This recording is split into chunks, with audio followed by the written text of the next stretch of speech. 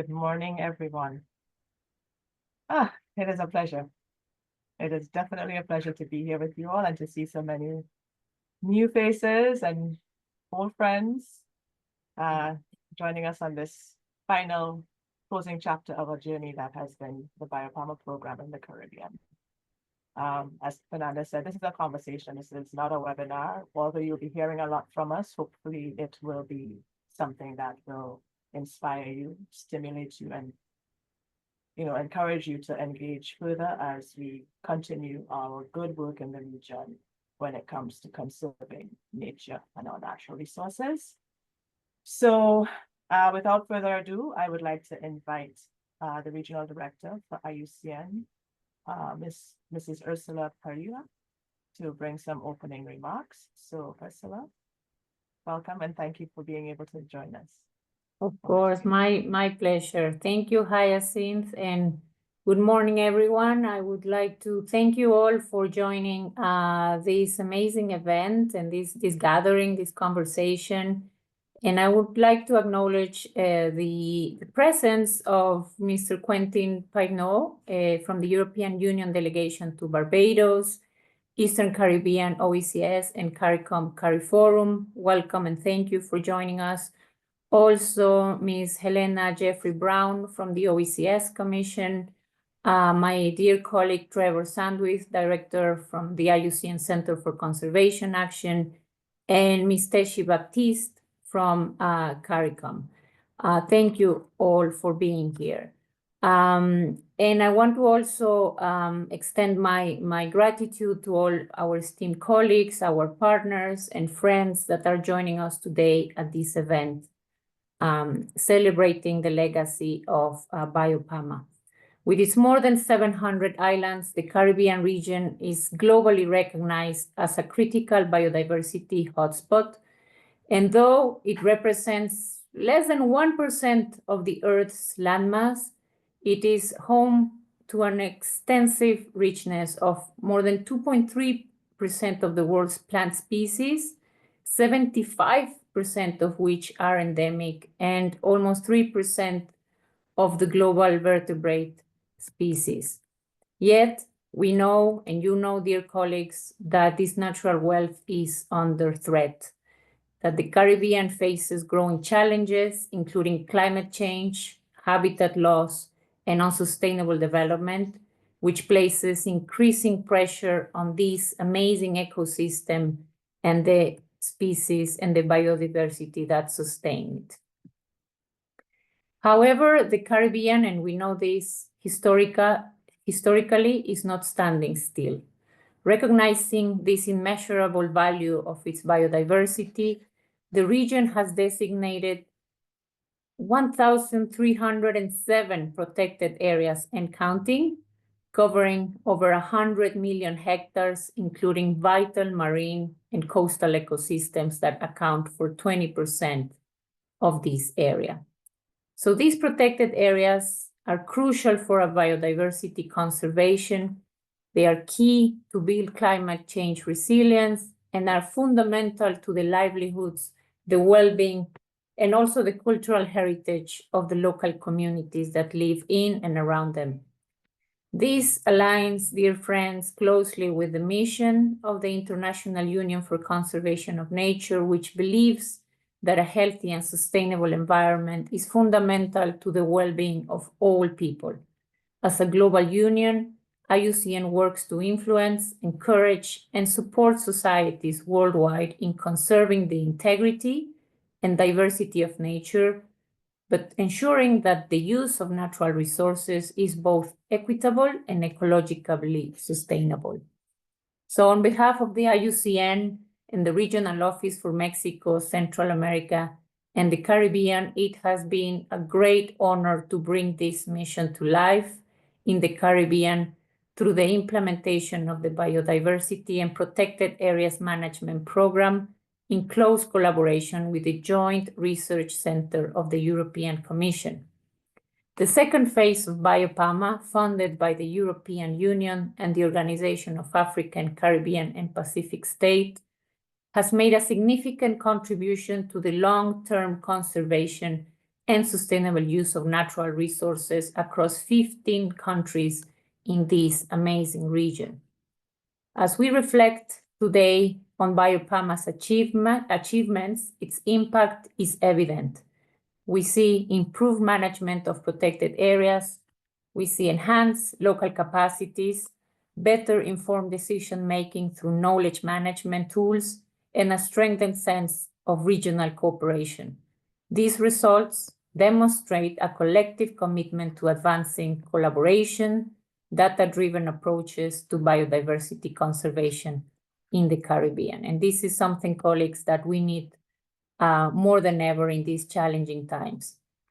BIOPAMA's success is a shared achievement. It's a testament to the unwavering dedication and hard work of governments, local communities, organizations, and environmental leaders, many of whom are with us today. Your willingness to engage, collaborate, learn, and share continues to encourage and inspire us in our endeavors to sustain our planet. I was just in the breakout groups sharing with Shane Young from Audubon Society in Belize the amazing work they did for the last 4 years with this grant, which is just, it's just a drop in the amazing work they do. So thank you to the organization of this webinar to let us get this, sharing this knowledge with our grantees. But as we were talking with Shane, our work is far from done.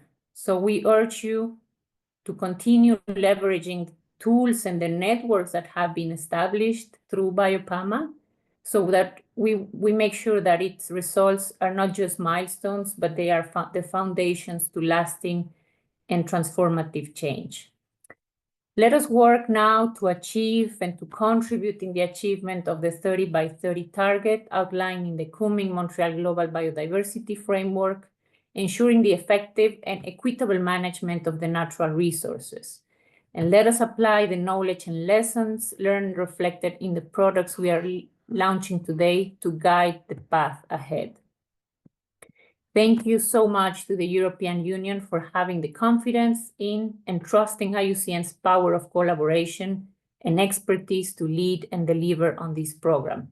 At IUCN, we are thrilled to continue our long-standing partnerships with the European Union through the Communities, Local Outcomes, and Regional Science Initiative, also known as COLORS, which will support the implementation of the Global Biodiversity Framework through promoting the rights of indigenous peoples and local communities, strengthening the centers of excellence for the CBD, and supporting the tracking of biodiversity outcomes through the nature positive approach. Looking ahead, IUCN is committed to building on BIOPAMA's momentum, and we are so excited to continue these efforts through ongoing partnerships and strategic engagements with the OECS Commission, CARICOM, national governments, and civil societies to explore new avenues of collaboration with our stakeholders across the region. Together, we can continue making a significant difference in safeguarding the natural treasures of the Caribbean for future generations. Let us continue to make a real and lasting difference, dear colleagues and friends, together for nature, for people, and for the future of this unique region. Thank you very much, and I give the floor back to my colleague Hyacinth. Thank you so much, Ursula. Colleagues, as Ursula indicated, we are here to not just celebrate the work on BIOPAMA, but to ensure that the lessons learned, the results, the knowledge that has come out of this program can continue to enhance what we do in the region. For those who are not familiar with BIOPAMA, and I hope by now that's not too many of you, I just want to give you a little overview of the program, what the strategy of the program is. So BIOPAMA stands for Biodiversity and Protected Areas Management. It is a global program that was implemented in the Africa, Caribbean, and Pacific states, the member states of the organization of the ACP. and, as Ursula indicated, funded by the European Union.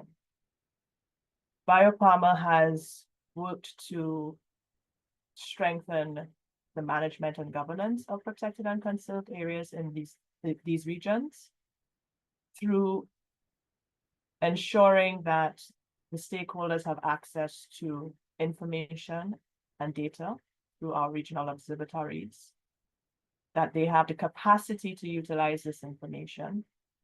And we also provided funding to support direct action on the ground where the work is taking place and where all of you are experiencing and impacting in a positive way how nature is used in our region. Through this program, we are embarking on this process of sharing the knowledge of what has happened in the program. And hopefully this webinar, well, not a webinar, this event will be hopefully a starting point for how we engage further in the region. The information coming out of the program, the results, you will be able to hear a little bit about that throughout the next few hours that you are with us. But the information will be available beyond this, and it will be in various forms. We will have a knowledge brief, which will have all the content that you will get a synopsis of today available. We will have a video on the program itself, and you'll get a view of that shortly. We will have videos from our grantees, our beneficiaries, who have been doing and are continuing to do good work on the ground. We have Panorama Solutions, Panorama being a platform that IUCN manages jointly with other global entities to promote and share knowledge on best practices in natural resource conservation and other areas, relevant areas. And we have podcasts. So we have a wealth of information and a wealth of avenues and areas in which you can interact with the information. So I would like to encourage you to do that beyond this event. And let's see how we can continue to strengthen the work that we are doing in the region. So to start with, let's have a look at a short video. And I say short, it's 8 minutes long, but we try to capture 12 years worth of labor and love. So let's have a look and see what has happened in BIOPAMA, and hopefully it will entice you to continue to engage beyond. For the past 12 years, BIOPAMA has made a lasting impact, working to protect biodiversity and support local livelihoods.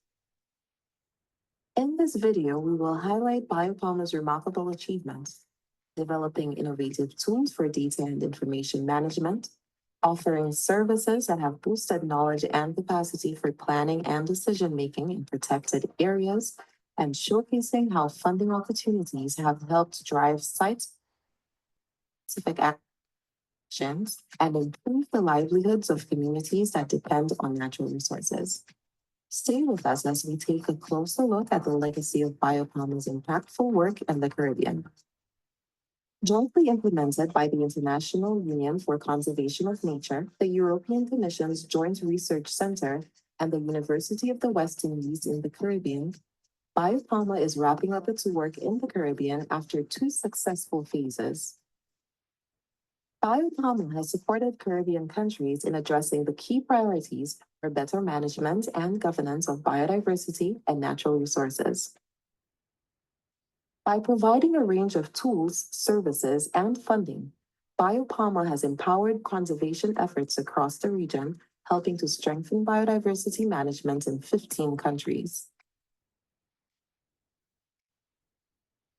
The regional observatories for protected areas and biodiversity are the central pillar of BIOPAMA's work. They support data collection, analysis, monitoring and reporting, develop the capacities of staff and organizations to manage this information, and provide policy guidance for better decision-making on biodiversity conservation. Created in 2014 as part of the BIOPAMA program, The Caribbean Protected Areas Gateway, or CPAG, lives by its tagline, linking data to better decisions. CPAG is the Caribbean's central hub for data and information management, using the Regional Reference Information System to drive biodiversity conservation and support the effective management of protected areas. I will say that in terms of data and information management, policymakers and decision makers have access to increased amounts of data so that they can make more efficient decisions, better policies, and those can be implemented to ensure that the Caribbean does, seek long-term sustainability or sustainable use of natural resources as well as long-term conservation. In 2024, CPAG made a pivotal move, transitioning to the Organization of Eastern Caribbean States, or OECS mission, a partner with strong political support and a central role in convening the 12 Eastern Caribbean states. Perspective of the OECS Commission, we do look forward to continuing our partnership with IUCN, with the EU, and with the countries in order to advance or to build on the Caribbean Protected Areas Gateway. This transition ensures the continued scaling and expansion of CPAG's work and supports BIOPAMA's ongoing investment in technology for biodiversity conservation. Through its capacity development efforts, the BIOPAMA program equips staff in national administrations and conservation actors with the skills to effectively use its innovative tools. These tools drive better informed decisions and are helping to deliver stronger outcomes for biodiversity conservation. A key focus of the program is helping countries leverage the use of the Regional Reference Information System, enabling them to report regularly to international conventions like the Convention on Biological Diversity and contribute to achieving the Sustainable Development Goals. By strengthening capacity in natural resource agencies like forestry, fisheries, and environment departments, as well as non-governmental and community-based organizations, BIOPAMA has enhanced the management of both terrestrial and marine protected areas, supporting more sustainable and impactful conservation efforts. BIOPAMA has also been pivotal in building strategic partnerships and strengthening vital networks that will endure, ensuring a brighter and more sustainable future for conservation efforts in the region. This collaboration of BIOPAMA with Biospace through the OECS is one of the many initiatives that we hope can continue to support our protected and conserved areas in the Caribbean as we move towards improving and enhancing how our natural resources are used. So BIOPAMA, in my mind, based on the various activities that they have implemented over the years that I was involved and even beyond that I've heard of, been very effective. I think they're entrenched themselves in the Caribbean region to the benefit of many young people, my age, up-and-coming conservationists / dive operators / rangers and so on and so forth, who've learned, but we also stay in touch. We have formed a network among ourselves. And so it would not be surprising to me that that will continue in years to come, but we will also at some point be the professionals that are going to teach others and learn. Others will learn from us, but we also learn from those up-and-coming conservationists, marine protected area managers, and so on and so forth. BIOPAMA's ability to provide essential financial support for vital on-the-ground actions, empowering local communities, and advancing conservation efforts where they're needed the most was a key achievement.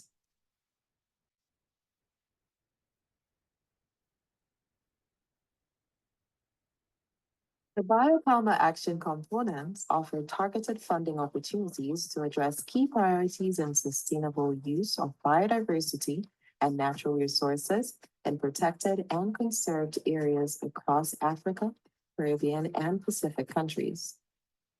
In the Caribbean alone, 2.7 million euros were invested in 29 projects across 9 countries, benefiting 71 protected and conserved areas and strengthening efforts to manage and protect biodiversity. BIOPAMA not only impacted our organization, which is in the north of the country, but as I am experiencing here in the workshop, it has impacted the whole country. A lot of my colleagues, conservation colleagues, are here, and I can see how they have also been impacted, whether it be in rapid response grants, whether it be in small or medium grants, and they have been doing a lot of the work. So BIOPAMA has really impacted cities as a whole. I believe there's a fundamental role that BIOPAMA has played in the Caribbean in enhancing protected area management and knowledge management for decision making. And this also has served as sort of a substrate for the implementation of the targets that all the countries are concerned about. That I would like to recognize that Caribbean countries will be able to report progress on some of the targets, thanks to the role that BIOPAMA has played in providing support, either through technical capacity, through the grants, and through the role of CPAC in the decision making for these protected areas, sites, and systems. The BIOPAMA program is coming to an end, but our legacy continues through the work that we have established, the foundation that we have built, the partnerships that we have nurtured, and we hope that the networking and the community that we have worked with will be strengthened and improved to improve the natural resource management in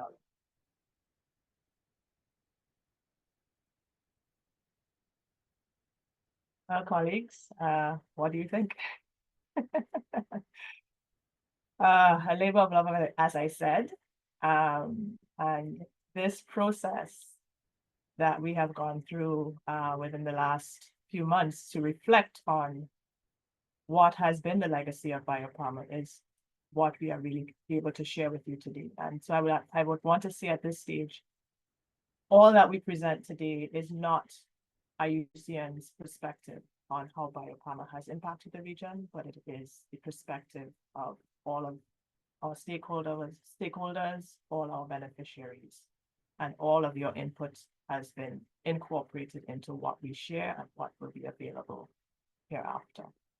So what we would like to do throughout the rest of the session is pretty much touch on each of these key areas or key components of BIOPAMA and just give a little, feedback on how, what were some of the lessons, recommendations, and so on. But before we do that, as I indicated, BIOPAMA was supporting protected and conserved areas in the region.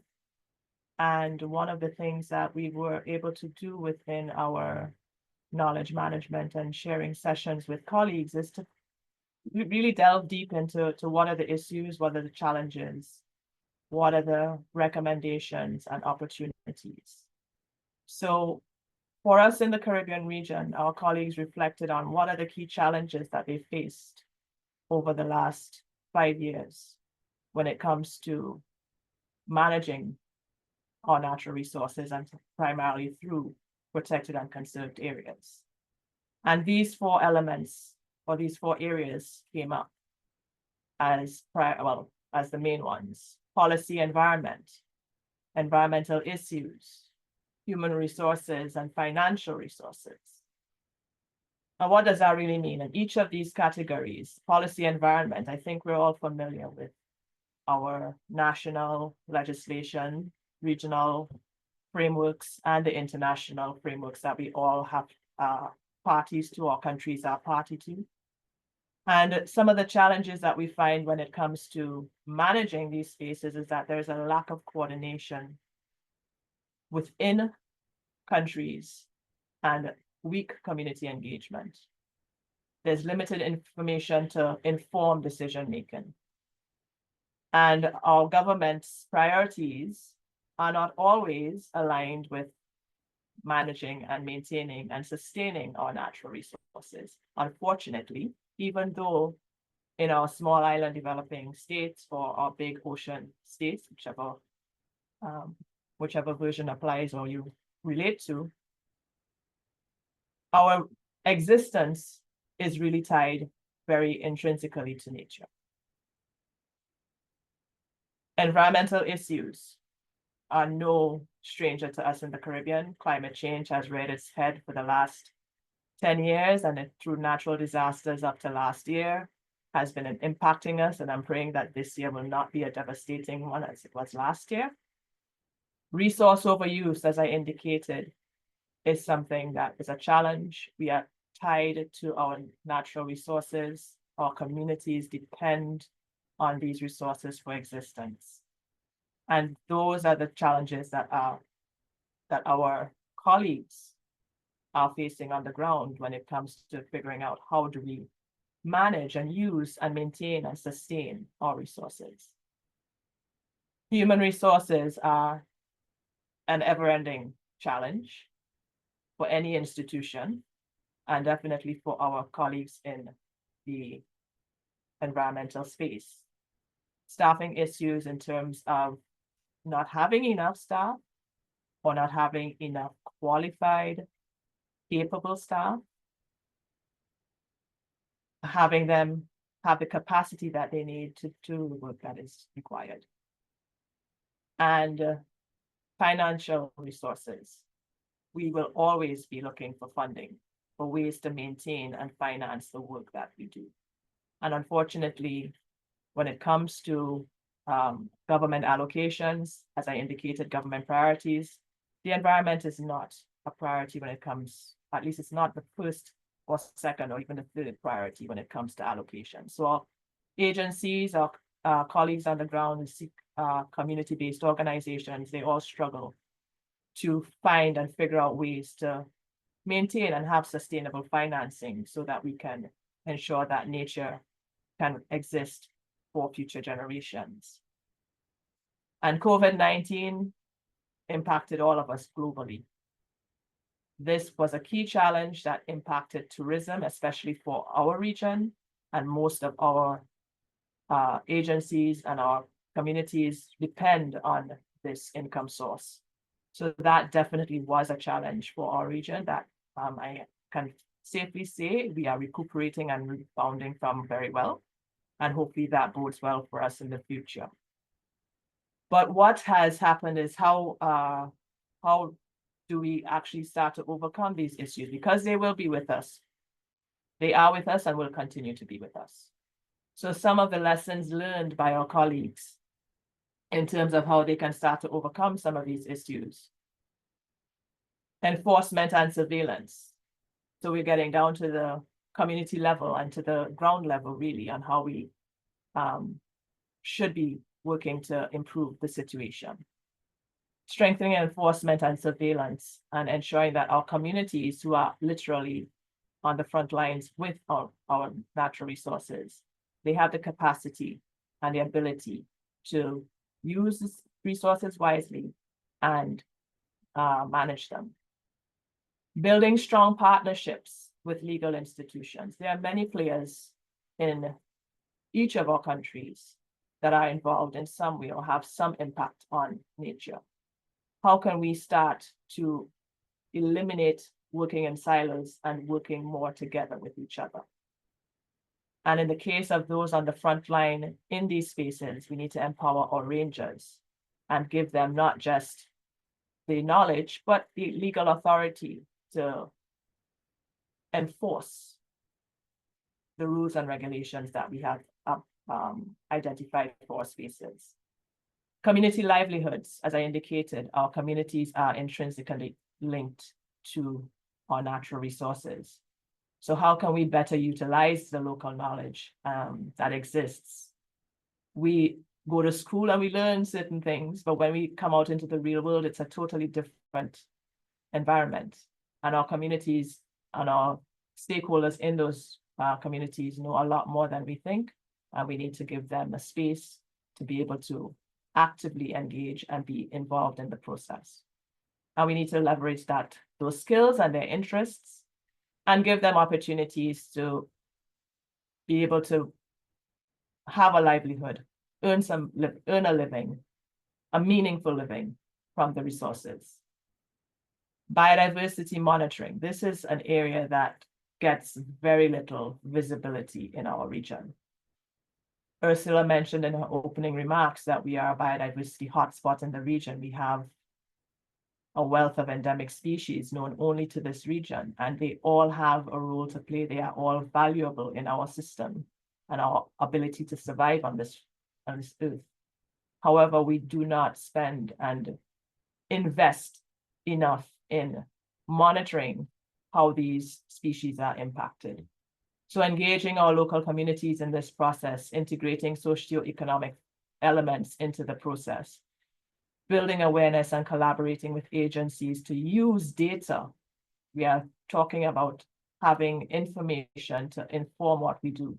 These are just some of the recommendations that came out of our discussions around how we can start to address these challenges and issues with our main challenges and key challenges that I identified earlier.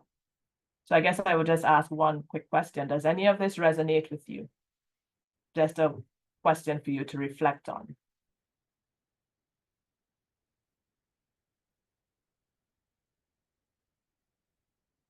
I will invite you, of course, to delve into the knowledge brief. You'll be able to see a lot more of how this process, or how we suggest these processes can work, and how you can hopefully begin to integrate them into your work and daily life.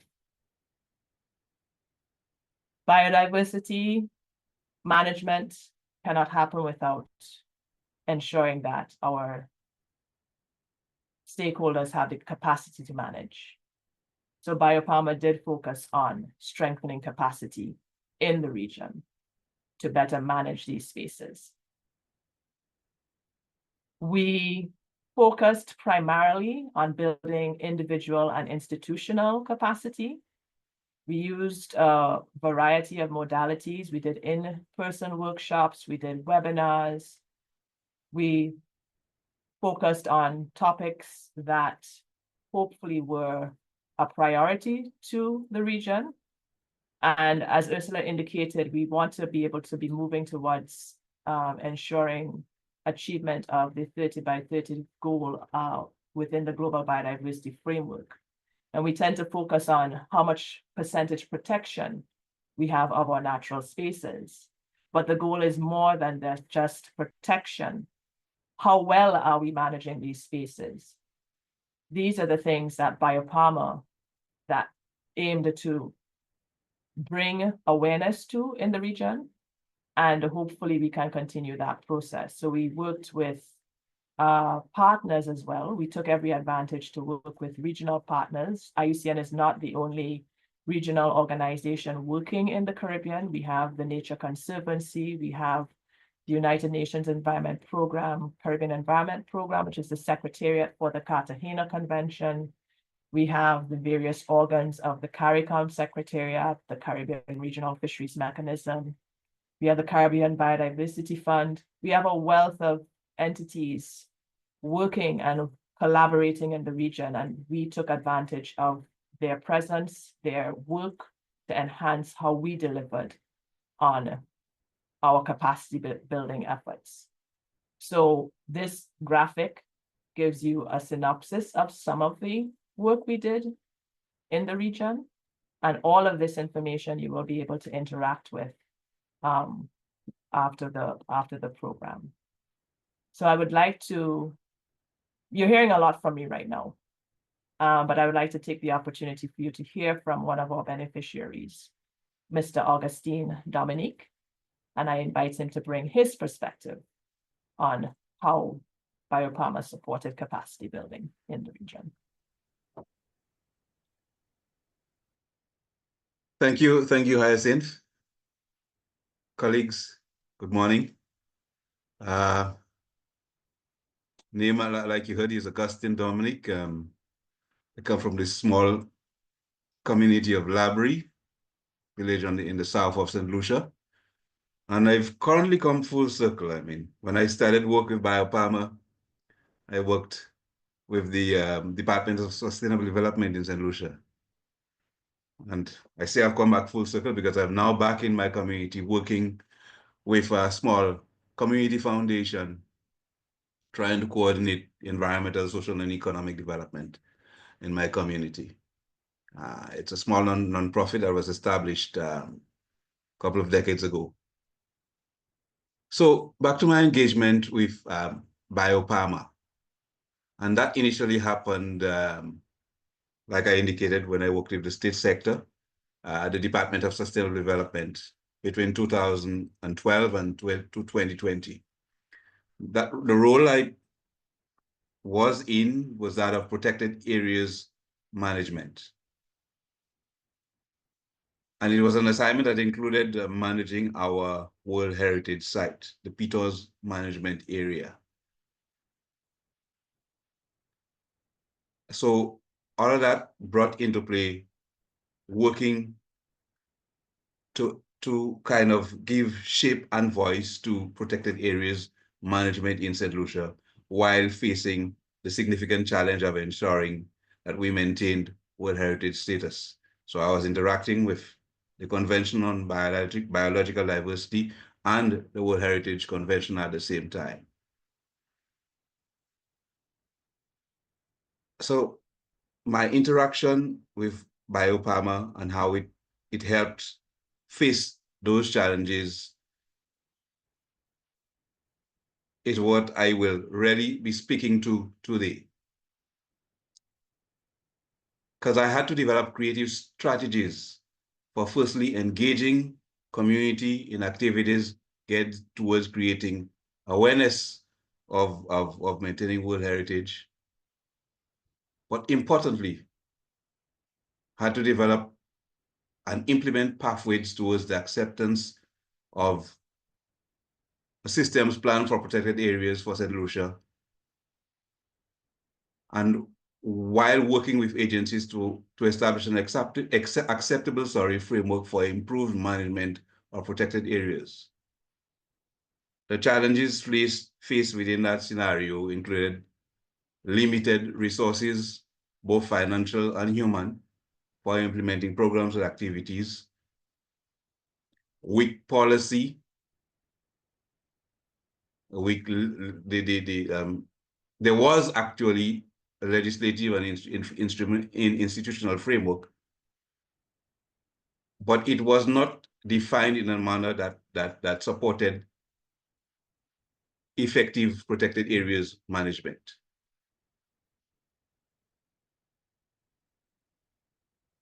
So prior to my engagement with BIOPAMA, my experience in terms of the practical work on the ground in protected areas management was limited, and the engagement with BIOPAMA provided many opportunities for enhancing that experience, improving that experience. The program provided several opportunities for personal growth and for improving my understanding of the role of conservation in protected areas management.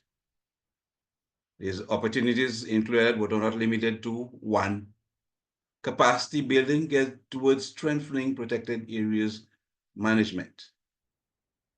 And when I speak of capacity, I can provide examples such as the program providing funding to support the assessment of the legislative and institutional framework for protected areas management in St. Lucia. And that body of work identified gaps in that framework. And one of these gaps was the weak policy which I referred to earlier. The program also provided capacity or build capacity on the island for assessing protected areas management effectiveness. And that was done through the development or the introduction, of a management effectiveness tracking tool. And that tool, a generic one, was adapted to the St. Lucian context, because initially I defined a situation where I was working within a World Heritage Site, but the island also had other types of protected areas. So the tool, the management effectiveness tracking tool, was adapted to meet the requirements of the different types of sites on island. And we actually implemented that body or that tool, sorry, in 2 sites. We tested this tool within 2 sites. First at the Peters management area, and secondly, we did it at the PERSEPA. In terms of other targeted opportunities, there was also support from the program for addressing challenges faced during the COVID-19 pandemic.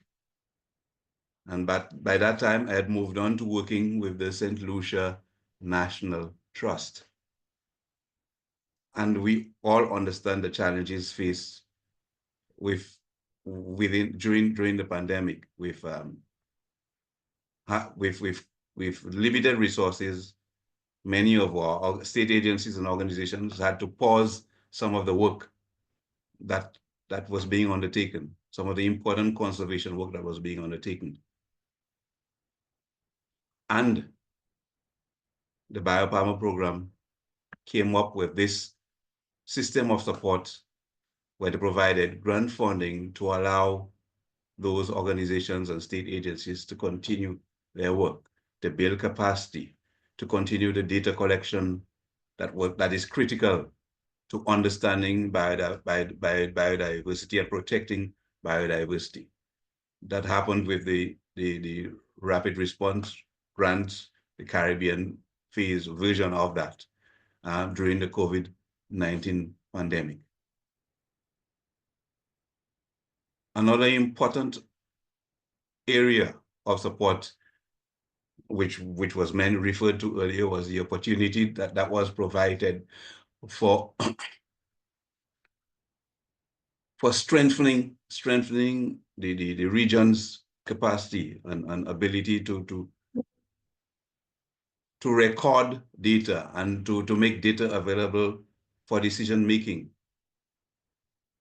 And that has been referenced in an earlier presentation, so that there's a repository of data that is available that decision makers can reference to support the decisions that are made in terms of environmental protection and protected area management on island.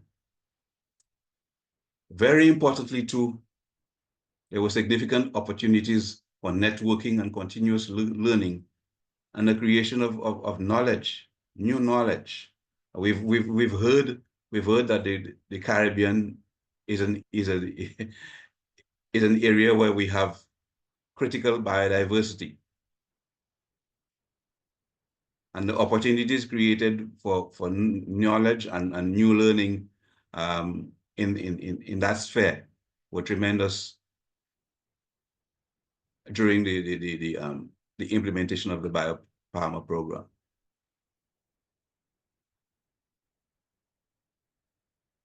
I will now spend some time speaking to the growth, the personal growth that I experienced during my work and engagement within the BIOPAMA program.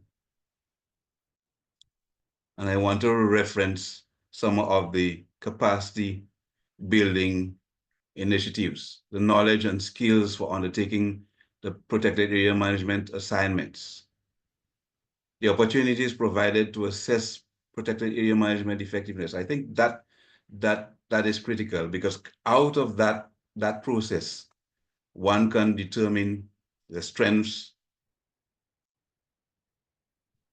and weaknesses of a protected area, and one can develop an entire management program after having conducted such an assessment.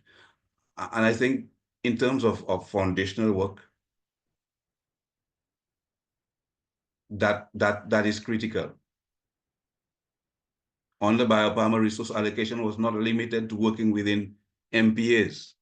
I recall having lamented the fact that during a particular period, A lot of the resources were being directed to working within MPAs. Important, but I lamented the fact that sufficient resources were not being allocated to work done within terrestrial protected areas. And I think the approach used by BIOPAMA allowed one to bridge that gap, to ensure that while resources were being allocated to marine protected areas, simultaneously one could do work within terrestrial protected areas.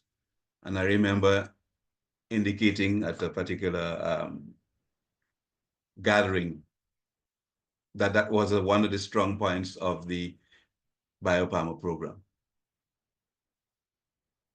So my reflections in preparation for this event have allowed me to arrive at the consensus that the transformational approach employed by the BIOPAMA program has laid the foundation for greater effectiveness and a number of successes in PA management.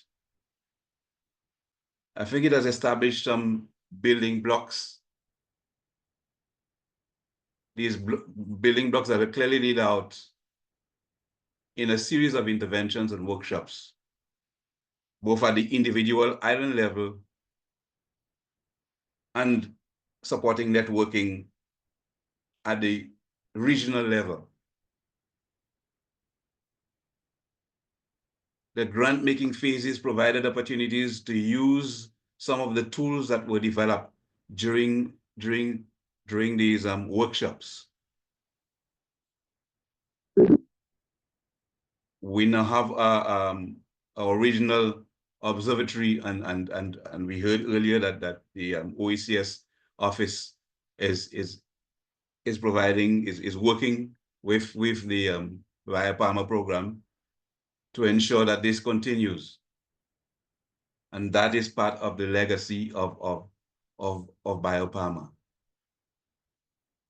So I say all this to say that the foundational work undertaken during the decade plus of implementation of the program in the Caribbean has truly transformed the landscape. I think it has served as a catalyst. And I say quietly too that, though I'm speaking to an audience, that I suspect that this model is being reproduced by other actors in the region. I think it has provided lessons and models for achieving success in protected areas management. That is, if these models are taken on board and followed and implemented at where they need to be.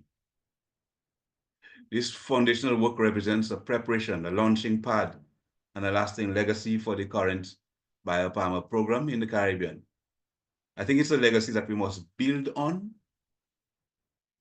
And I think this legacy is the strongest rationale that could be provided for a successor BIOPAMA program. And with these last few words, I want to rest my case for the moment. Thank you. Thank you. Thank you so much, Augustine, for bringing your perspective on this. And colleagues, Augustine joined us at pretty much the beginning of BIOPAMA, and his evolution, as he indicated, has been a testimony to what this program has done for not just himself, but other colleagues in the region. So I invite you all to, and again, thank you, Augustine, and interact with our colleagues as you will be able to with through their video testimonials. And also here in the chat, we have some persons already in the call who were also beneficiaries. So thank you so much, Augustine. And colleagues, I would like to just give you an opportunity now. I indicated how BIOPAMA has provided capacity in various areas. Our colleague, Georgina Bustamante, has indicated some of that partnership with the CAMPAM Training of Trainers program. So colleagues, the video you would have seen that one of our key achievements is the establishment of the Caribbean Protected Areas Gateway in the Caribbean for informing and improving how we utilize data to inform decision making. So in this session, I would like to invite Bianca Gittins, Research Assistant for the Caribbean Protected Areas Gateway, and Dr. Helena Jeffrey Brown of the OECS Commission. Jeffrey Brown is the program director of biodiversity, ecosystems, and ecosystem services within the Environmental Sustainability Division of the OECS Commission. And we have these two ladies here because we are moving from BIOPAMA to the OECS. We're moving and transitioning this valuable resource tool for our region into an institution that hopefully can have it not just serve the OECS region, but the wider Caribbean region. We've recognized that having access to reliable, up-to-date data and information is crucial for helping our politicians, our stakeholders make informed decisions. So I'd just like to invite these two ladies to give us their perspective in the form of, in the case of Bianca, I would like Bianca to just give us a little overview of why it is important, the Caribbean Protected Areas Gateway. Why is it important and for whom? And in terms of moving to the OECS Commission, Helena, what is the vision for the CPAG in the Caribbean? How does the OECS see the CPAG fitting into its mission for the Caribbean region? So I will invite Bianca to give us her thoughts on my question and then turn over to Helena. Thank you, Hyacinth. Well, as you've seen from the clip in the video presented earlier, CPAG, short for the Caribbean Protected Areas Gateway, is essentially a resource and information hub for the Caribbean. And even though we operate on 4 broad key pillars, our sweet spot really is data. Our tagline says it all, linking data to better decisions, because the idea is to give policymakers, protected area managers, and other beneficiaries access to high quality data, usable data, to support more informed decisions, smarter policies, and ultimately increased sustainable management of our natural resources. Now, over the last 10 years, we've made some big strides. So that is from CPAG's inception to 2014 till now. For example, we've collated diverse data ranging from marine and terrestrial biodiversity to socioeconomic data using a variety of methods, such as APIs, which stands for Application Programming Interfaces. And we manage that data through tools like our open source GeoNode, which is still available for your use on our platform. Also, thanks to our software engineering team, we developed some key tools, such as our biodiversity dashboard, our conservation tracking dashboard. We also offered a variety of services like data support, internship assistance, for example, through the Caribbean Regional Architecture for Biodiversity CRAB internship program.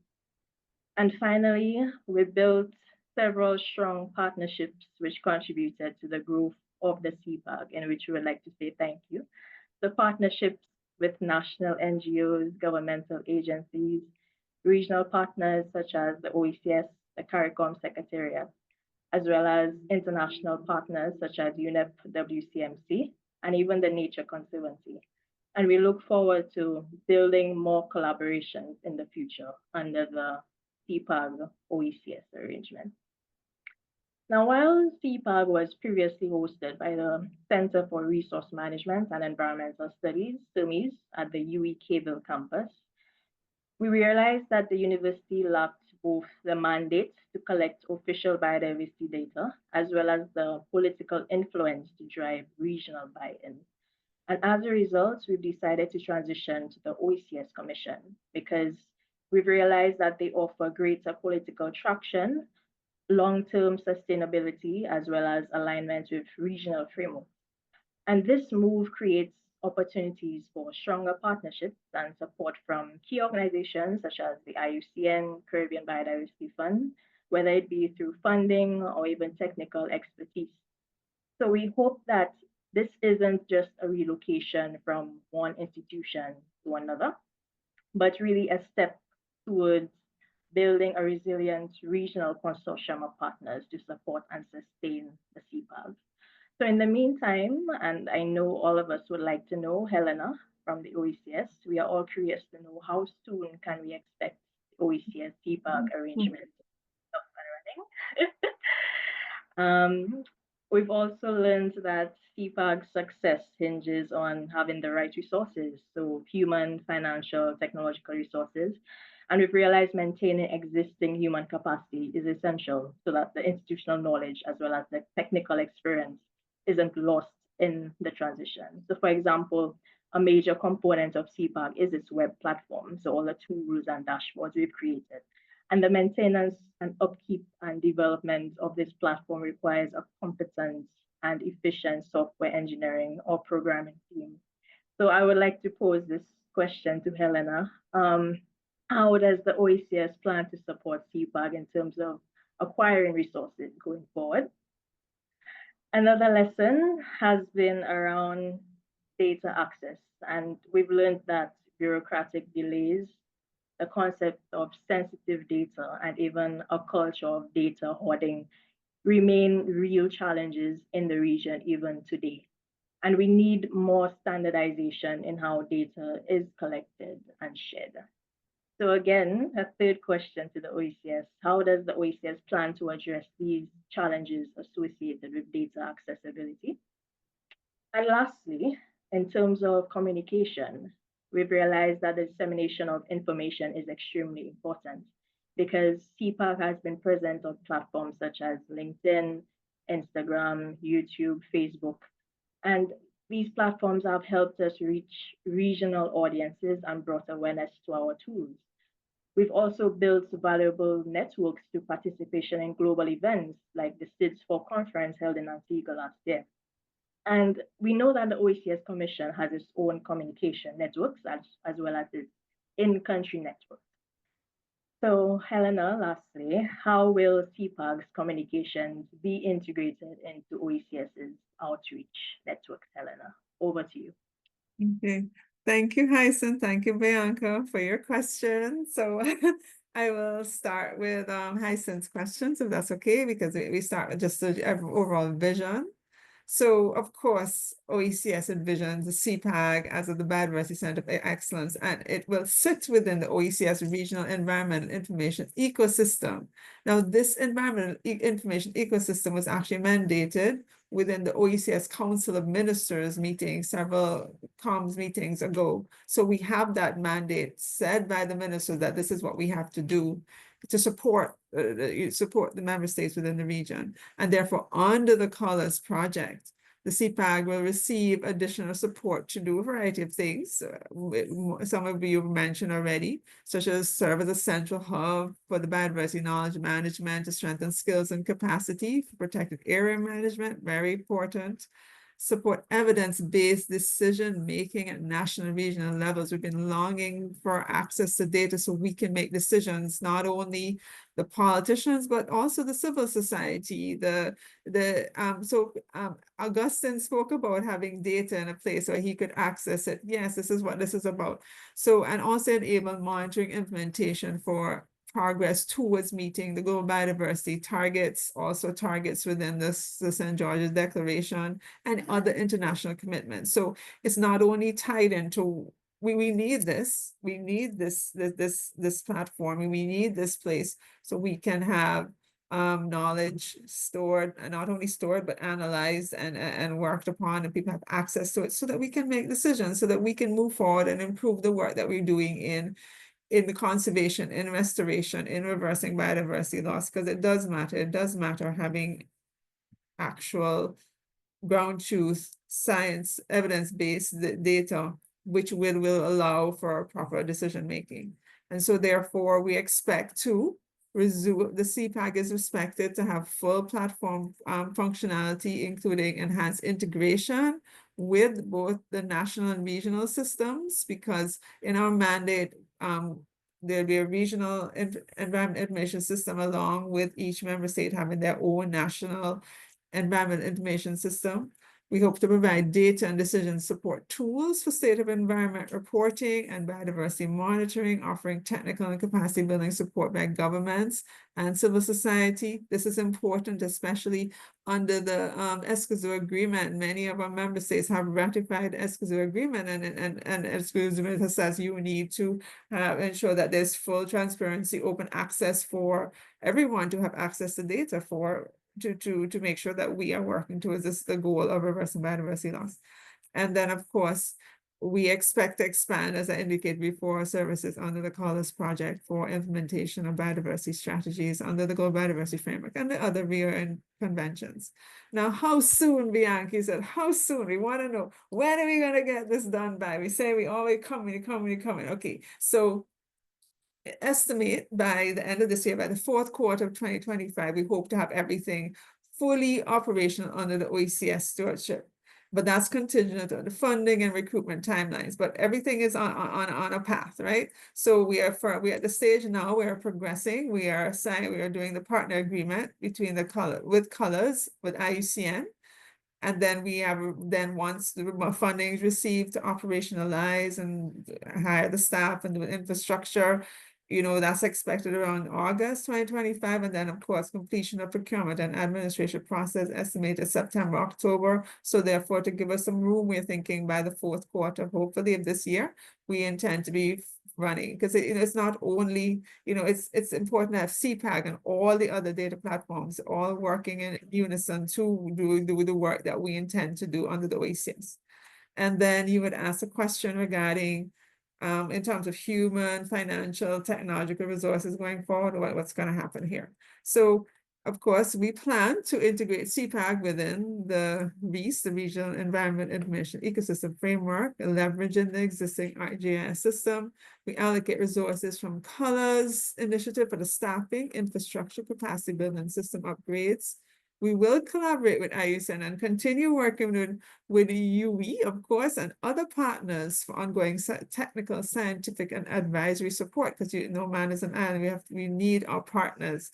OECS has many strategic partners that we work with consistently, and we will continue working with them. And of course, we have to develop our own sustainability plans, but that includes long-term hosting, capacity building, stakeholder engagement strategies, because this is important to all the work that we do, that this works.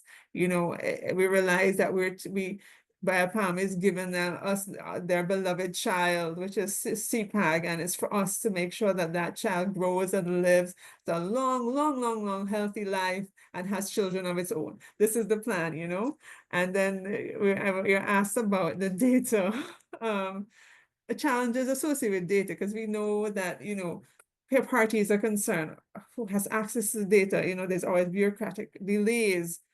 Some people like to hoard their data. How are we going to get around these issues? Now, it won't take place overnight, but there's a process, yes?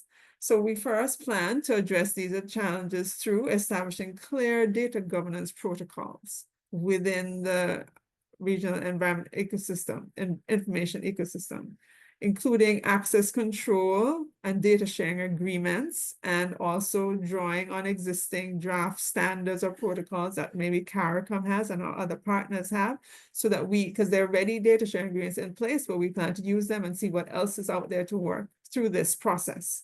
We plan to promote a culture of active transparency, because we already know that many member states have ratified the Escazú Agreement. Escazú Agreement has indicated that we need open access data to data. So therefore, we will work with our member states to build this culture of active transparency, because it's not only with CPAG, it is with sharing and using our environmental data in a way that we can all access it to move forward in reversing biodiversity loss. Additionally, we plan to leverage policy mandates and stakeholder workshops to shift that cultural attitude toward openness and data democratization. It takes time to shift attitudes and behaviors, but this is what we have to work on, because it's something that we are invested in. As I said, it's not only CBAG, it's our whole regional environment information system that we have to make sure that we're working with our member states to make sure it's robust and active.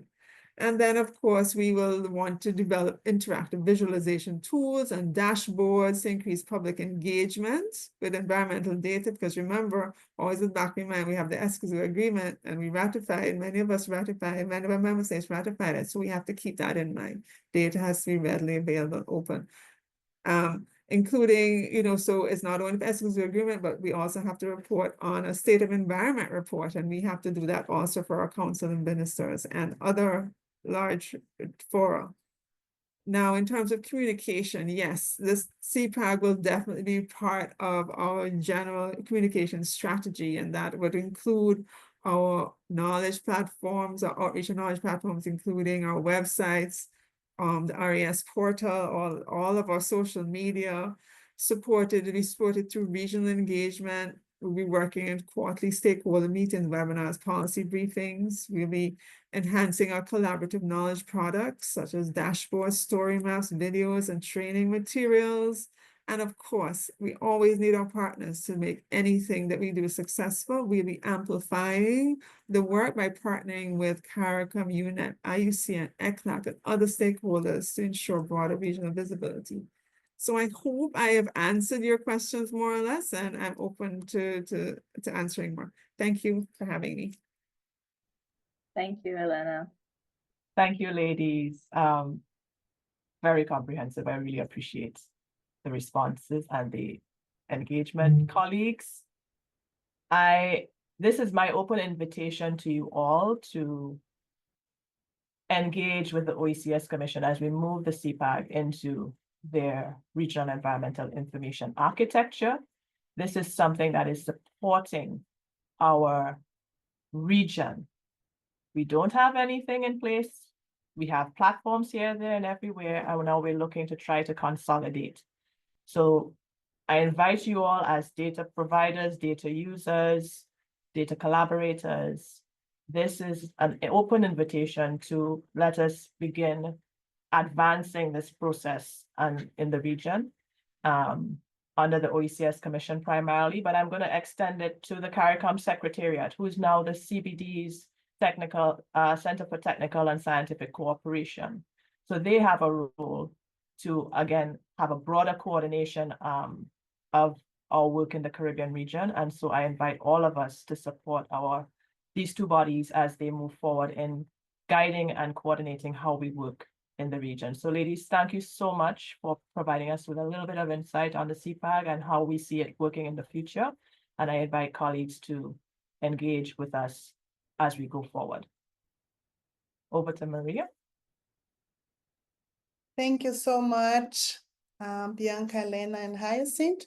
We are now moving to the grant session, which is the BIOPAMA action component.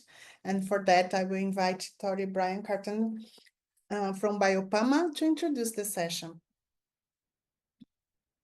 Good morning, everyone.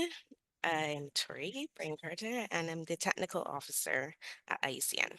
It is a pleasure to be here with you today to share the results under the BIOPAMA action component. But first, let me ask you this. Have you ever been part of a grant process that aimed to create real change on the ground? If so, raise your hand in the chat. And even if you haven't, I'm delighted to share the process with you. So now we'll take a look at the next graphic.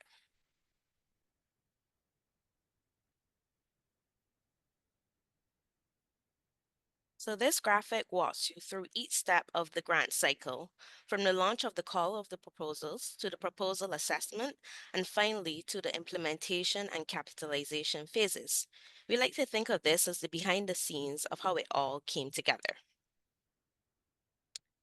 Next, the goal and objective of the grant mechanism was simple but powerful: to enhance the management and governance of protected areas by enforcing legal frameworks, advancing biodiversity targets, and supporting local communities.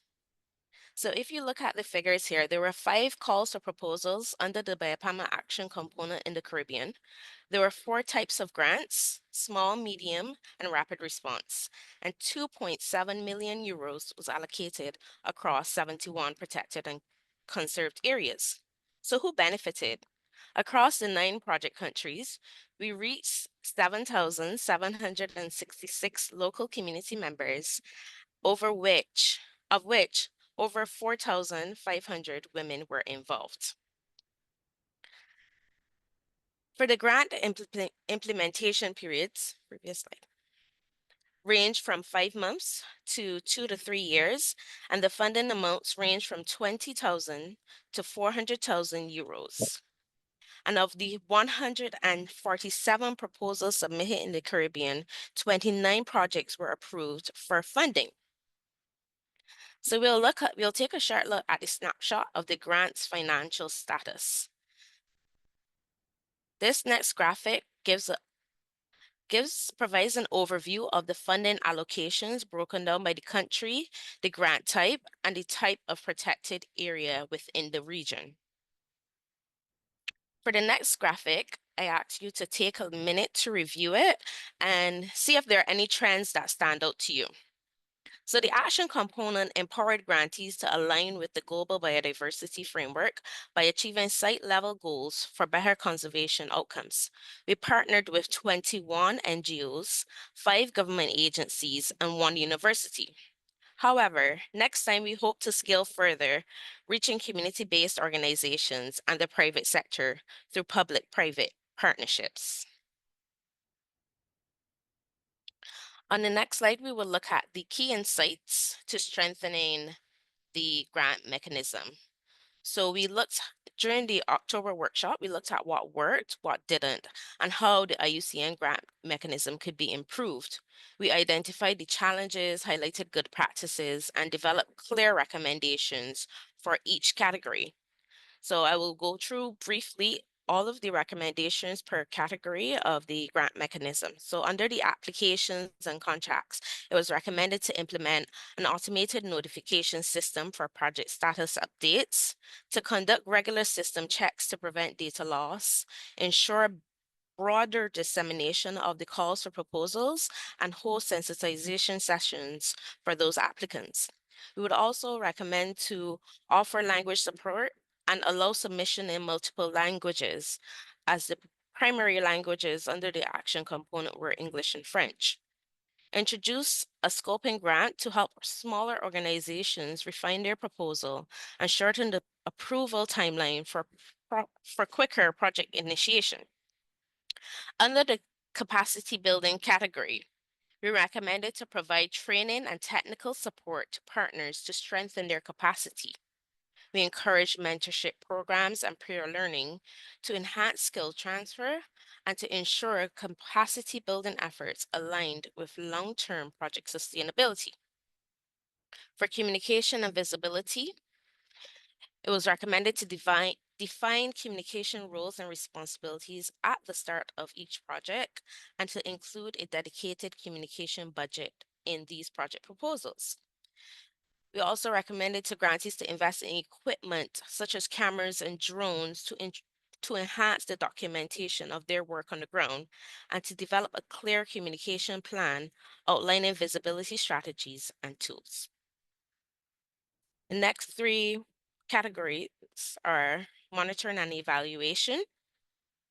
It was recommended to plan more realistic projects with achievable goals within the available time frame, and to move from monthly reporting to quarterly reporting to optimize resources, accounting for potential delays such as natural disasters in project planning, improving the feedback turnaround time to prevent bottlenecks, and embed knowledge sharing and feedback loops such as midterm reviews into the M&E frameworks. Under knowledge management, it was recommended to develop a centralized knowledge platform for easy stakeholder access, to integrate communication and knowledge management into the M&E processes, and conduct regular partner meetings to ensure consistent information updates. For partnerships, it was recommended that we strengthen the MOUs to clarify roles, responsibilities, and communication protocols, and that we would engage with partners early prior to calls for proposals to ensure that these projects were aligned. We would also ensure that government partners had sufficient legislative knowledge to support implementation, fostering long-term partnerships to improve stability and continuity. By By implementing these good practices and recommendations, the grant management processes can be more efficient, transparent, and impactful.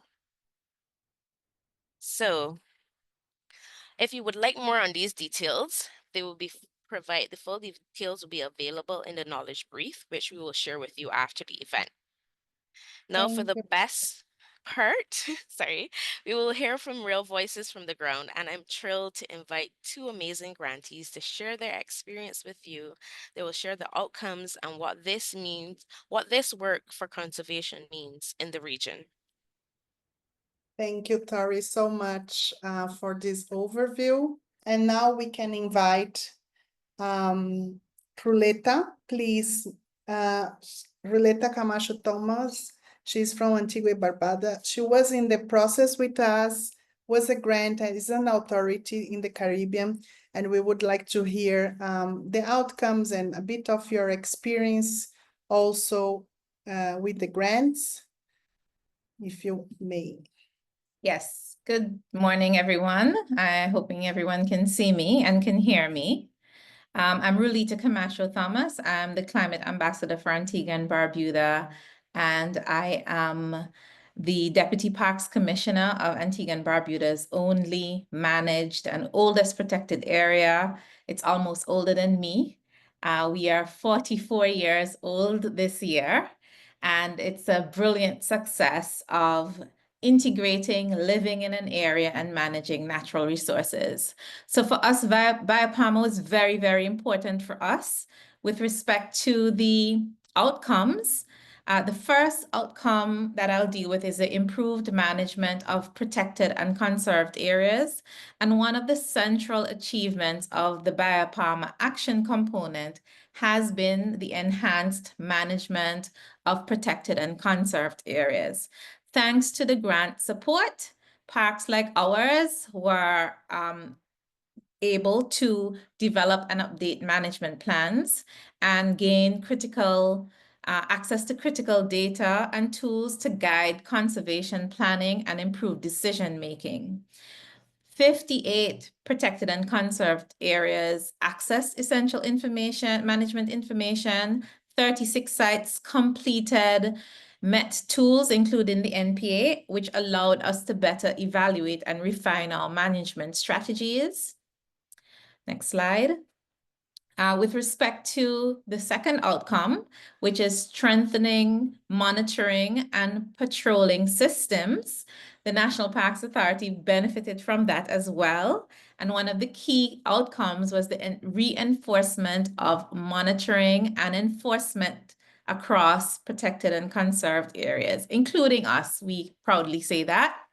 The BIOPAMA grants enabled acquisition of infrastructure and tools that have significantly improved biodiversity protection and surveillance capabilities. For us, the two are linked. We did our first MET tool with BIOPAMA, and we identified a critical gap. We have 50% marine space, and we did not have a boat. And so, of course, we couldn't manage half of our area. And through the BIOPAMA grant, we were able to get a boat. And we have used that boat to not only patrol and surveil, but to improve our monitoring, management, stakeholder engagement, interaction, science, cooperation with other protected areas. It has been really wonderful for us. 15 protected and conserved areas have reported enhanced monitoring and patrolling systems. And targeted species have benefited from these efforts, including crocodiles and iguanas, not for Antigua, but other places, sea turtles, whiptail lizards, snakes, again, not in Antigua, sharks, and other marine megafauna. And for us in the national parks in Antigua, we have to say thank you for BIOPAMA because we now have a fully established coral nursery program where we have been able to use the boat to enhance and grow our coral restoration program. We also use our boat to do water quality monitoring and again, stakeholder engagement, including community activities. Now, with respect to the enabling factors for success, I mean, there are some factors that really make or break the outcomes, whether you can achieve some output and whether you can achieve what you want to achieve or what is necessary to build your success. And I will go through two enabling factors. One is a clear vision and data-driven decision making. I think in the Caribbean, there are a lot of I think, but I don't know. And for us, it was critical to have data to be used in planning and adaptive management, especially when you assume that something is away. And then when you're collecting the data, you realize that's not what it is. And so we really appreciated that. And we can say that that was a driving factor for the success of our project. And the MET4 tool, I know for some, MET4 has been tedious, but for us, just clicking a button and filling out the cells, really, the process of doing the MET4 really enabled us to think deep into what we were doing and what results we were planning to achieve. And it also allowed us, we used the MET to leverage more funding.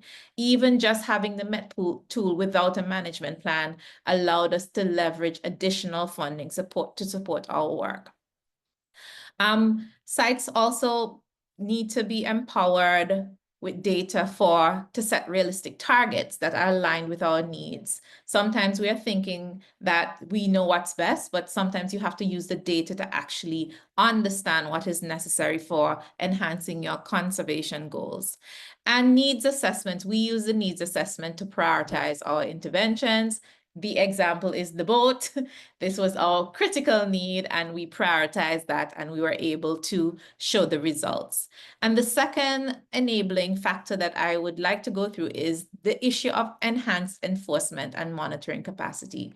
For us, the National Parks Authority has regulations. However, we were not enforcing those regulations. As a matter of fact, some of our stakeholders didn't even realize we had regulations because we weren't enforcing any. So the surveillance that we were able to do really strengthened our presence. And we did that surveillance through data-driven approaches. We collected data, we looked at where hotspots were, and we made interventions in those areas. We also were able to leverage investments in technology and equipment. For us, things like drones and GPS tagging were very, very important. And I know for others, smart software, for example, is very important. We have a staff of 3 persons and we manage 15 square miles. We are not able to physically go anywhere, and drones are very, very helpful for us. And GPS enabled capacity drones were very important. Local enforcement capacities. We did a lot of training. We did a lot of capacity building with other boat users, other marine users in the space. That was very important. And the issue of enforcing and monitoring cannot be done by the protected area alone. So we called upon our stakeholders to participate in that exercise, and us being underwater with them showed that we were showing leadership. So overall, what this has allowed us to do is build a greater capacity to detect and respond to illegal activities. So you would think that just a boat wouldn't achieve all of that, but for us, it really did, because we were able to not only detect ourselves or not only use technology to detect ourselves, but because our stakeholders saw us living by example and doing by example, they began to help us to do this enforcement and to look out for illegal activities and report it to us. Also, they were bolstered by the fact that when they did report, we were able to go out in a boat and respond. And that's very, very important to build your credibility with stakeholders. And so I'll leave it there. I think we're going to turn over to see a video now, some exciting examples of the two, the outcomes and the critical success factors that I went through just now. Thank you. Thank you so much. Let's now move to the video. I will share with you. All the videos are in the YouTube platform, okay? But we are going to watch now a video from a Medium grant.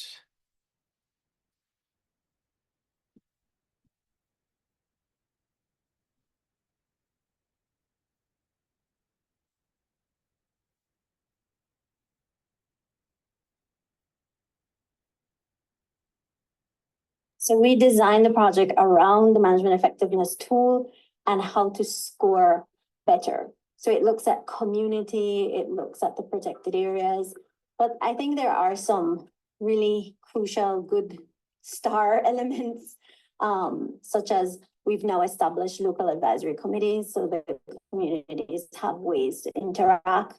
We've built capacity of a women's group down south in southern Belize, helping them to have more diversity in the products they offered. And we have looked at a strategic enforcement plan.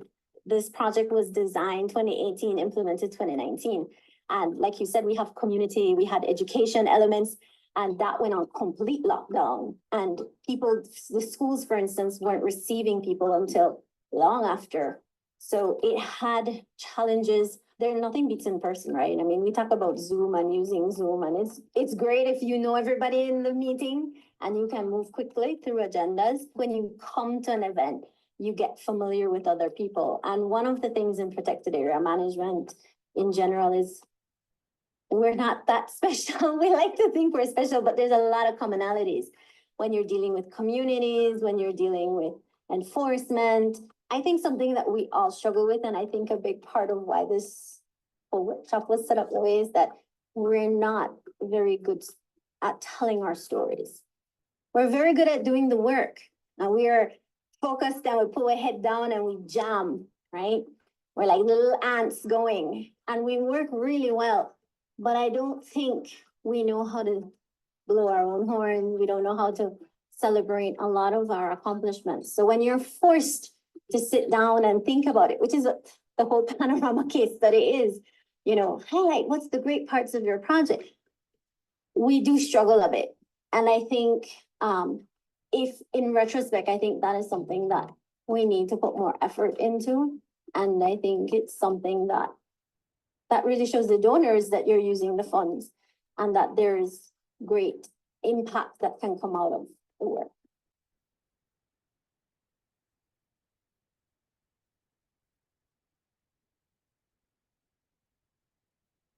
Thank you so much.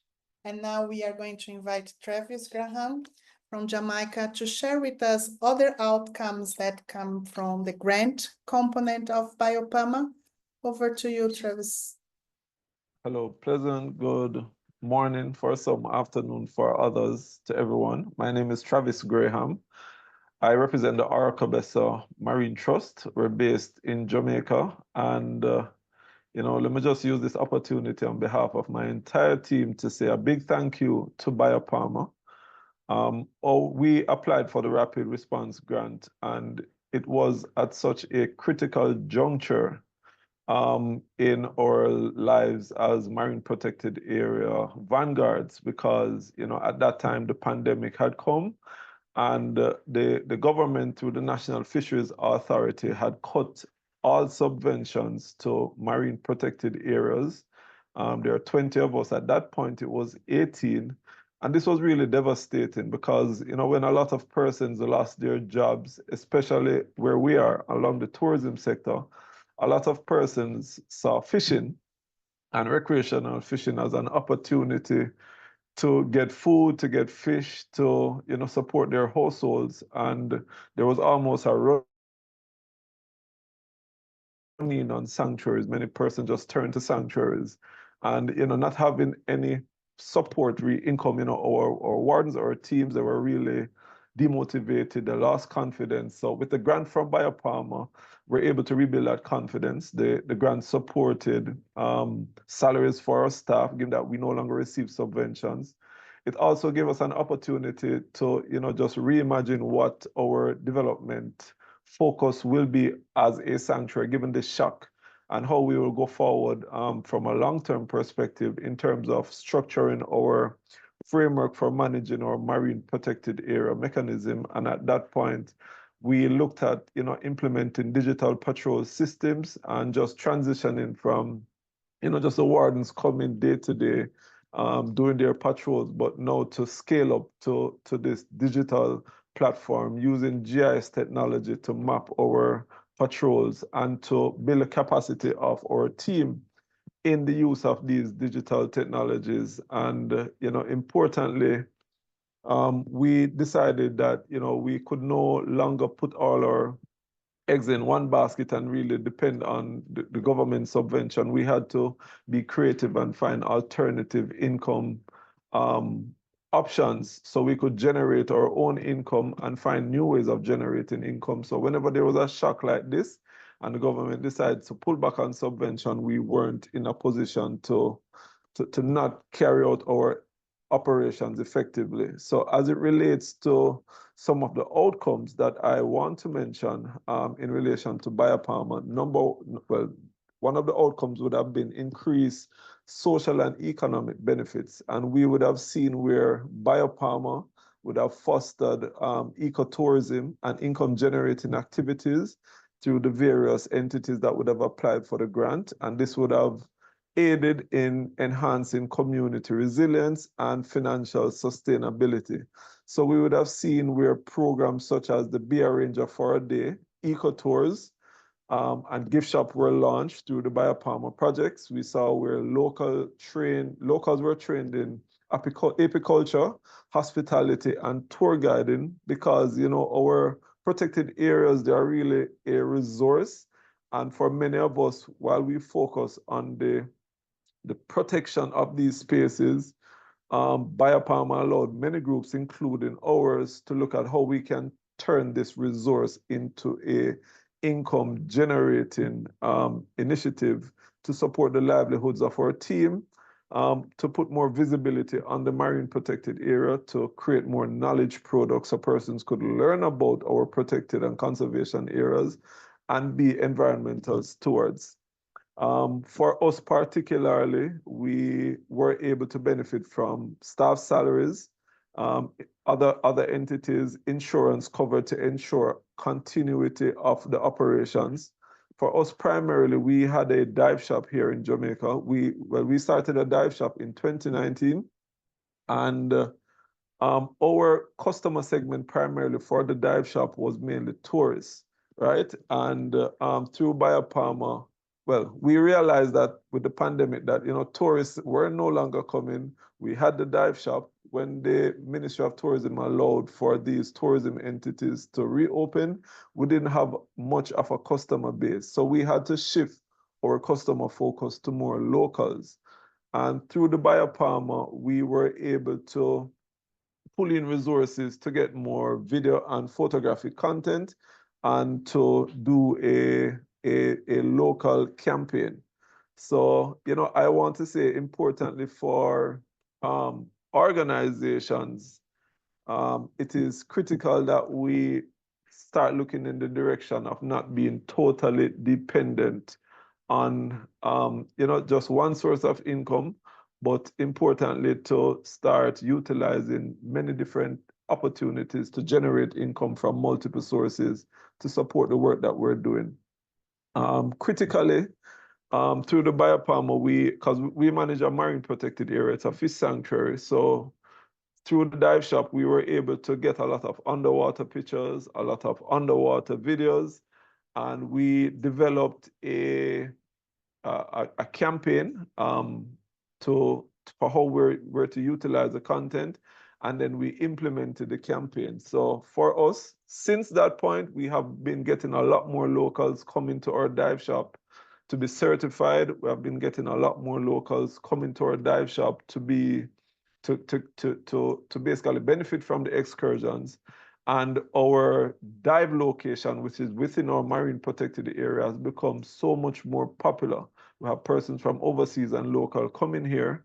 And it's really good because we have done so much work within the marine space. It is now seen as one of the better dive locations. And what this has done, it has generated income for our entire dive shop staff, all of which are local fisher folks. It has brought a lot more people to our community, and there's been residual benefits because they stay within the different Airbnbs, the different villas. Their expense spills over to local shops, local businesses, and we have a lot more locals seeing Aracabessa, where we're located, as a community-based destination of choice.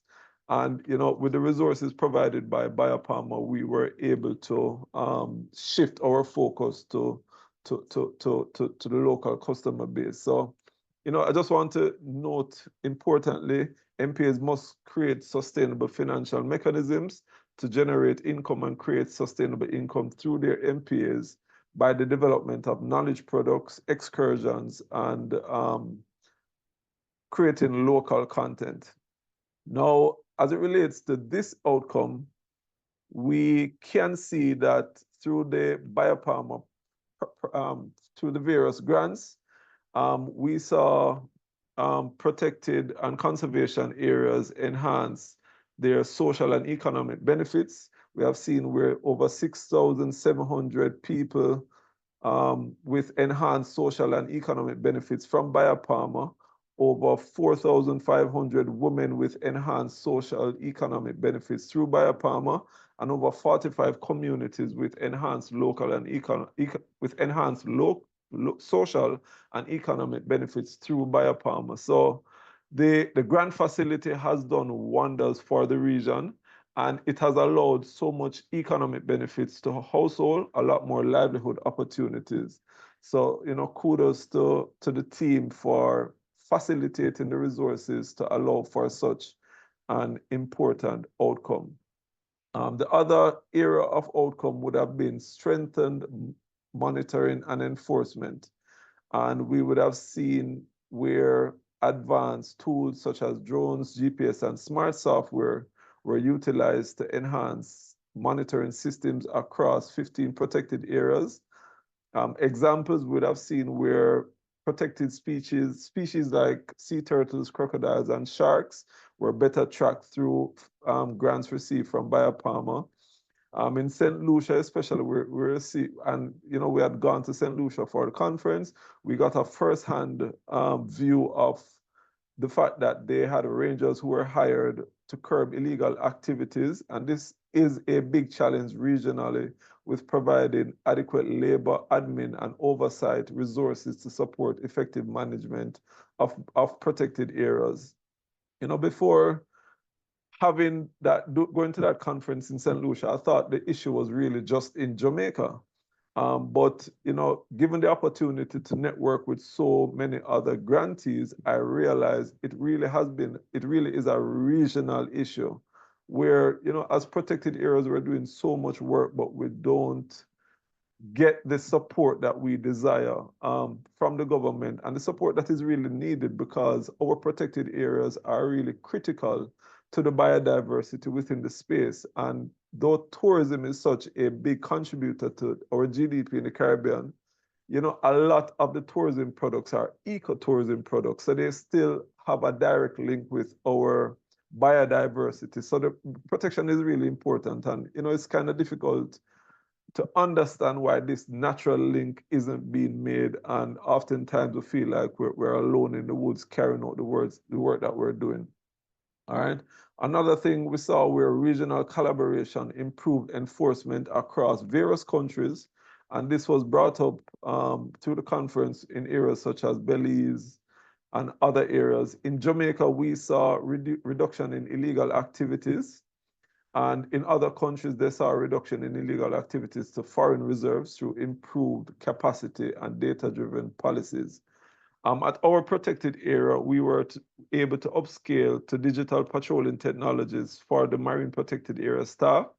We implemented the use of smart technology to collect and store data and to support the planning for our enforcement and monitoring activities. We have continued the use of smart technology through the life of the project and beyond. In fact, we now have a partnership with Esri. So we're utilizing Esri, who have provided us with free license and training for their database. So our wardens, our protected area wardens, now when they come to work, they log in on the system, they log out. And once they're patrolling, everything is tracked on the software. And the software, we have even extended it to our coral reef restoration program. So whenever we do any coral activities, all of that is tracked on the software, and we're able to provide reports. And this is good for us. And through the process, we trained our entire protected area staff on the use of spatial monitoring and tracking tools, and to plan enforcement activities and to collect spatial data. So we have been able, through the BIOPAMA project, to directly upscale, to transition to a more digital form of monitoring. In fact, we are presently the only MPA in Jamaica, only protected in Jamaica to utilize full digital technology through our management framework. And Thank you. that is thanks to BIOPAMA. And so I would like to take the opportunity now to welcome Valdemar Andrade of the Turner et al. Sustainability Association. All of this work we've been doing cannot happen without our networks, without collaborations, without partnerships. And so I would invite Valdemar just to speak on some of the experiences and lessons learned from just that in BIOPAMA. Over to you, Valdemar. Sure. Thank you very much, Hazen. And good morning to all the colleagues. Really appreciate being here. The BIOPAMA program, through this process of labor and love, as Hazen calls it, has built a South-South network of partners working in protected areas and biodiversity conservation. I just want to note that programs don't end. So this program has created a space and continuous opportunity for this group of community government and NGOs as conservation practitioners, supporters, to become partners and network of actors and be able to share their progress, advances, and challenges amongst themselves, and have been able to find solutions in governance, protected areas management effectiveness, and share challenges and solutions that practically demonstrate how innovative data and technology solutions, as you just heard, can be utilized to solve some of these very challenges. After every session, and I think you can all admit this, the network and partnerships grew and continues to grow to this day. Lest we forget, many of our community groups, organizations, initiatives, and projects would not have survived the COVID-19 pandemic without the catalytic financing and nimbleness of the BIOPAMA support programs. Yes, we still had to follow due process, but in the end, this support and partnership approach was critical to paying many of our staff at a critical time for our individual teams and the programs that continue to have presence and results. In the end, our net worth is our net worth.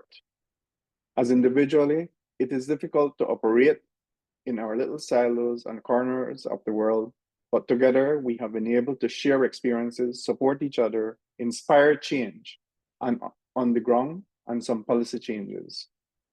I was going to go through some of the policy changes identified with respect to integrated spatial planning, sustainable management, natural resources, and information, data and information. Some of these key changes that were found to be implementing existing policy include, but are not limited to, our complex geopolitical context. And I just want to hone in on lack of financing, as this has been raised over and over. As CARICOM countries, we are considered middle-income countries, so we face challenges meeting eligibility criteria for many grants, which is further compounded by the limited capacity for grant writing or financial management. Our countries continue to struggle with balancing infrastructure and economic needs with biodiversity conservation, evidence in our national budgets, seldom prioritizing biodiversity conservation and protection. It is critical to understand that we depend on external funding to support our biodiversity protection programs. Many of us have also alluded to the limited data and information capacity issues and insufficient human resources due to our outward migration. So we depend on external experts or project-based implementation that are unsustainable. In the end, the Caribbean has a natural resource-based economy, with natural resources, especially the blue space, contributing to the major income earners and revenue generators, such as tourism, water industries, agriculture, and fishing. Quoting the Prime Minister of Barbados, failure to provide critical finance and that of loss and damage is measured for our countries in lives and livelihoods in our communities, and this is immoral and unjust. Today, we need the correct mix of voices, ambitions, and action. Therefore, I urge all of us present here today, and especially the donors, national and regional funds, to consider another similar approach. BIOPAMA 2, just a thought. taking into consideration all the lessons learned for a more nimble and practical approaches. Further support is critical to ensure that we can continue this network and partnership of practitioners, enabling continuous exchange and learning, and perhaps take one critical step further in funding the on-the-ground exchanges where we get to see, where we get to experience, where we get to question the innovative approaches, and where we get to find solutions that will enable impact. Thank you. I'm truly grateful for the opportunity. Thank you very much, Valdemar. Colleagues, we've been on this call for a long time, and I really appreciate you taking the time and spending the time to interact and learn and hear and share. So I open the floor now to Trevor Sandwith, who is the director within the Center for Conservation Action in IUCN, who has been leading the Global BIOPAMA team for the last 6 or 7 years, if I'm right. So I invite Trevor just to give us a few words of reflection and basically set the tone for where next. Thanks so much, Hyacinth and the team. And actually, I was saying to Helena that I'm kind of a bit of a grandfather in this program because I joined IUCN when BIOPAMA 1 was starting. And so that's 15 years ago. And here we are. And I wanted to just sort of, in a way, recall something that colleagues in the European Commission, and I really would like to recognize the European Commission colleagues, Quentin, that will speak after me. The vision of the European Commission was that there were really two major things that needed to happen. One was that we're all dealing with these issues everywhere in the world, but if we could focus efforts and bring people together around the issue of good data and decisions based on that data, that was going to help. That was going to, and this is what we're doing today is evidence of that. BIOPAMA is not ending.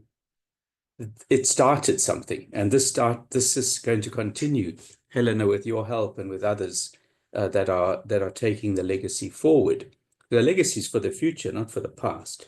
And the other big investment was a real risk, I think, for the European Commission. This was the largest grant for biodiversity that had ever been negotiated around the world. So BIOPAMA really putting resources into seeding and catalyzing action on the ground. And so it's been fascinating and lovely to hear the stories that you're all telling and that you will carry on telling through Panorama and through different places. Because it's a start of something. So we've seen the start of capacity development. Augustine mentioned all these different roles that he'd been involved in, and that's what happens. At the beginning, you're a recipient of a grant. You become a project manager. You become a manager of an organization, a trust. You join one of the government agencies or a university. And we've been seeing that transition of people, not just recipients of a grant, but participants in something that is growing and catalyzing change for the future. I know we don't have a lot of time here today, but I wanted to sort of draw attention to that fact that we've started something and we can see the light of that continuing. So I would like to really, I felt that the focus needed to be on continuous institutional development, because unless we look at this regionally across all the countries of the Caribbean, with all the agencies that matter, we will not leverage what this investment has been. And so you have this in your hands. Each one of you that has been involved in BIOPAMA can take this forward in your own way. And that's probably the most important investment that we've all made in the people and the passion and the stories that we're going to tell into the future. So I wanted to maybe just end by, again, thanking everyone on this call, their colleagues that we've been meeting over the years. I saw Justin, I saw others, Julian, and many others. And I'm hoping that as a community that we can take this forward into the future. So looking forward and my thanks to the European Commission, to the agencies that have helped make this all happen in the region, to Hyacinth and the whole team and the future teams that will take the legacy forward. Thank you. Thank you so much, Trevor. Definitely hoping that this will continue. As you said, it's a legacy that will be built upon. And all of us on this call and colleagues who have been connected will definitely ensure that that continues for our region. Thank you. So I will take the opportunity now to invite Kantan Painu from the EU delegation, just to give us a few remarks as well. Kantan? All right. Thank you very much, Hyacinth, and thank you, Trevor, for the appreciation. I will just give a few words that I didn't prepare because I wanted to react on what was said during this session today. It was very interesting to hear from everybody, and especially from the grantees and people on the ground who had who had probably the most impact on the region and on the visibility of the program in the region. And I do want to highlight the contribution of Travis from Ora Cabeza. I think this is where we are heading these days. There is less and less funding for biodiversity. We see it with USAID fundings that were cut from one day to the next. On our side, we're trying to keep supporting as much as possible work on biodiversity, but we're still in a very tense environment, and we cannot have a blind eye on the direction things are going. Multilateralism and the general evolution of development aid are things that are putting a lot of pressure on people working on biodiversity at every level. So I think there is a strong need from us as funders, from all the actors and stakeholders to be more coherent and more efficient on the way we work, on the synergies that we're finding, on working at all the levels that are necessary, from the very local to the regional and global. So we will have to do more with less, definitely. We're very happy that we have signed this new project with IUCN in the regions, the Colors project. At least it will keep the CPAG with some support for the coming years, and we want to make sure that this support is supporting everybody in the region in whatever way, because we don't want to waste the efforts that have been done so far. And I'm very glad to hear that some protected areas took this opportunity to become more autonomous, to become more efficient and deliver more services on the ground. I think that's really what we're aiming at. And this is what we will be trying to support as much as possible in the future, dealing with the little resources that we have available for the region. So my advice would be to reinforce as much as possible the the connections in between the stakeholders of BIOPAMA, so up to now and in the future of the different regional organizations, OECS, CARICOM, EU. There's no way we can work separately and efficiently, and even if we don't have a lot of perspective in the future, we still have a lot of what do you say, driving force and resources. We have member states bodies. We have Guadeloupe in the region with the SPORAC that is doing a tremendous work on the Cartagena Convention. We have some Netherlands territories who also have some resources, and we want to try as much as possible to make these resources available and share them with countries in the region. So I would call for that. Also, Copernicus can be mobilized. So yeah, I invite everybody to get in touch with either with IUCN or with the delegation directly and see any support that can be further developed. We will continue with the Colors Project. We still have activities ongoing with OECS, which are here to support biodiversity in the region. So yeah, that's just to finish. We will have one new call on data mobilization, data production in the region.